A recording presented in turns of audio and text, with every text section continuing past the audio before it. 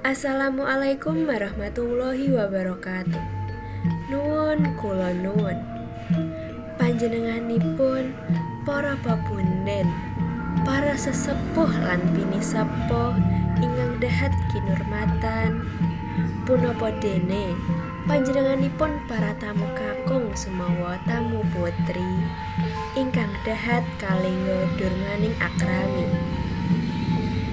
Ing wekdal menika kula Alia Angelika minangka pamiwara adicara temanten ing wekdal punika.